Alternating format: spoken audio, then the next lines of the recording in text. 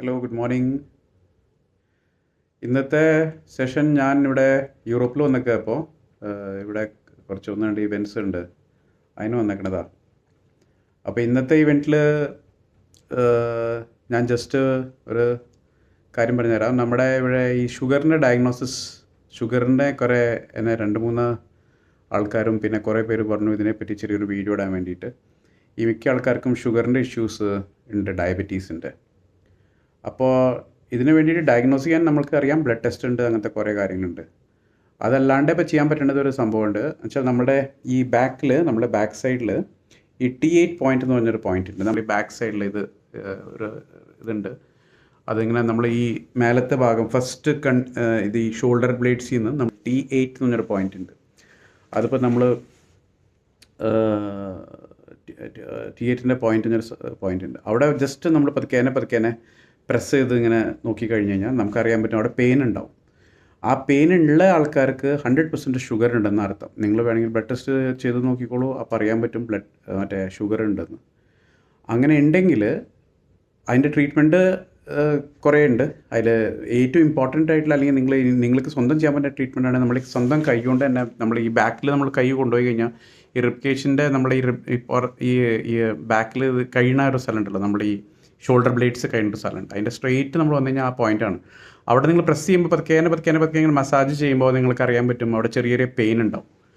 അപ്പോൾ ആ പോയിന്റിൽ തന്നെ നിങ്ങൾ എല്ലാ ദിവസവും ഒരു 6 to 10 സെക്കൻഡ്സ് മസാജ് ചെയ്യുക. എന്നിട്ട് അതിൻ്റെ മേലെ നിന്ന് ചോട്ടിലേക്ക് ഇങ്ങനെ മസാജ് ചെയ്യുക, സൈഡിലേക്ക് മസാജ് ചെയ്യുക.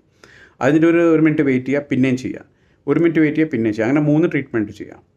ട്രീറ്റ്മെൻ്റ് അല്ല, 3 ഇങ്ങനെ പ്രസസ് ചെയ്യുക. അത് കഴിഞ്ഞിട്ട് ഒരു പ്രാവശ്യം ചെയ്തിട്ട് 2ാമത്തെ പ്രാവശ്യം ചെയ്യുക, പിന്നെ 3ാമത്തെ പ്രാവശ്യം ചെയ്യുക. അത് എല്ലാ പ്രാവശ്യം 6 to 10 സെക്കൻഡ്സ് ചെയ്യുക.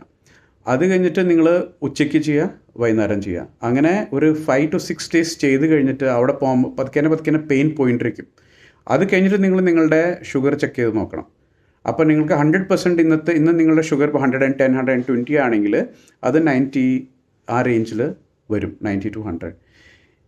ഇതും പിന്നെ ഇതിൻ്റെ കൂടെ കുറേ ലൈഫ് സ്റ്റൈൽ ചേഞ്ചസും കൂടി നമ്മൾ വരുത്തി കഴിഞ്ഞ് കഴിഞ്ഞാൽ നമുക്ക് കുറേയൊക്കെ ഷുഗറിൻ്റെ ഇഷ്യൂസ് നമുക്ക് ട്രീറ്റ് ചെയ്യാൻ പറ്റും.